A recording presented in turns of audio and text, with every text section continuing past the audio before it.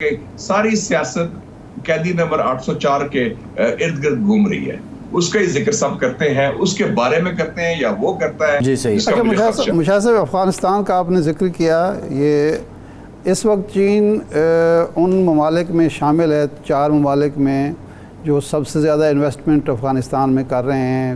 روس بھی ہے، ترکی بھی ہے، ایران بھی ہے، اور ہم اس وقت ایک ٹگ آف وار میں ہیں، یا سمجھنا چاہیے کہ کچھ نہ کچھ معاملات خراب ہیں افغانستان کے ساتھ. تو یہ چیز بھی چین کو ہرٹ کر رہی ہوگی، یا چین کے ساتھ ہمارے تعلقات میں کوئی رکاوٹ بن سکتی ہے؟ 60 سال ہو گئے ہیں ہمارے اسٹریٹجک تعلقات چین کے ساتھ. جی. ان 60 سالوں میں جتنے اسٹریٹجک ایشوز آئے، جتنے بڑے سیاسی ایشوز آئے، جتنے علاقائی ایشوز آئے، جتنے بین الاقوامی ایشوز آئے، ہمارے دونوں ہم سیم پیج میں تھے، کبھی اختلاف رائے نہیں ہوا. پہلی دفعہ 50-60 سال کی تاریخ میں افغانستان کے اوپر چین اور پاکستان موقف میں واضح فرق ہے. چین نے افغان طالبان حکومت کو ڈی فیکٹو تسلیم کر لیا ہے. ان کے سفیر نے باقاعدہ، جب پاکستان کے سفیر پیش کر رہے تھے اپنے کریڈینشلز بیجنگ شی جن پنگ کو، اسی صف میں کھڑے تھے پچھلے شلوار قمیض اور پشاوری چپل پہن کے اور پگ کے ساتھ افغان طالبان کے سفیر. چائنا نے $500 ملین کی انویسٹمنٹ بھی کی ہے. چائنا ان کو تسلیم کر رہا ہے. ابھی میں ماسکو سے ہو کے آ رہا ہوں، روس بھی ان کو تسلیم کرنے والا ہے. ایران ان سے سب سے زیادہ تجارت کر رہا ہے. ترکی ان کو تسلیم کرنے والا ہے.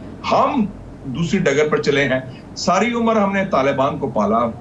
امریکہ نے ہمیں کہا ڈبل گیم کھیل رہے ہیں، اور جب طالبان کی حکومت آئی ہم ان کے خلاف ہو گئے ہیں، ہم ان کے لوگوں کو نکال رہے ہیں. مجھے تو سمجھ نہیں، منطق نہیں ہے. کیا پالیسی ہے ہماری؟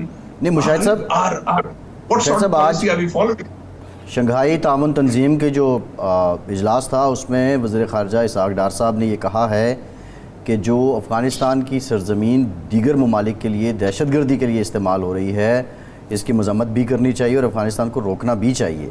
اب یہ ایک معاملہ تو سنجیدہ ہے، افغانستان سے پاکستان کے خلاف وہ استعمال تو ہوتے ہیں، بہت سے اس کے شواہد بھی ہیں.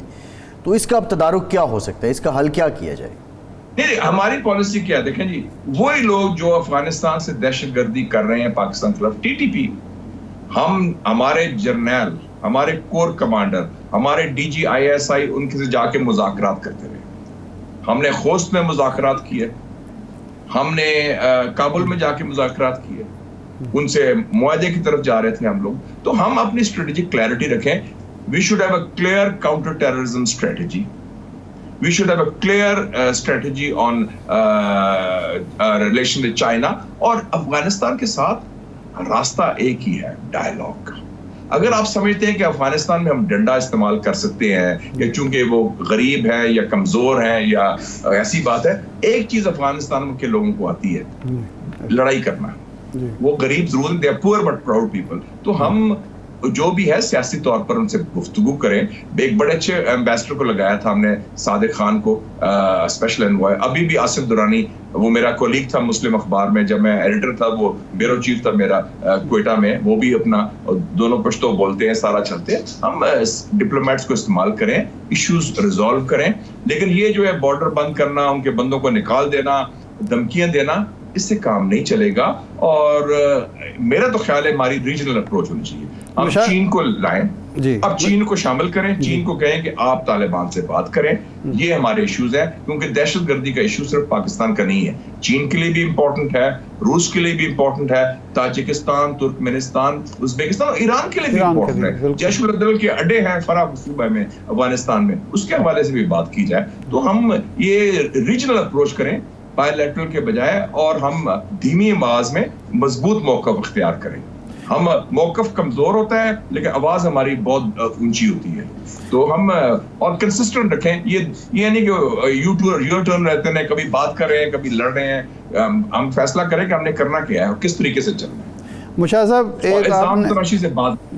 مشاہد صاحب، آپ نے سیاسی استحکام کی بات کی. سعودی عرب اور ایران، چین ہم سے کہہ رہے ہیں کہ سیاسی استحکام لائیں.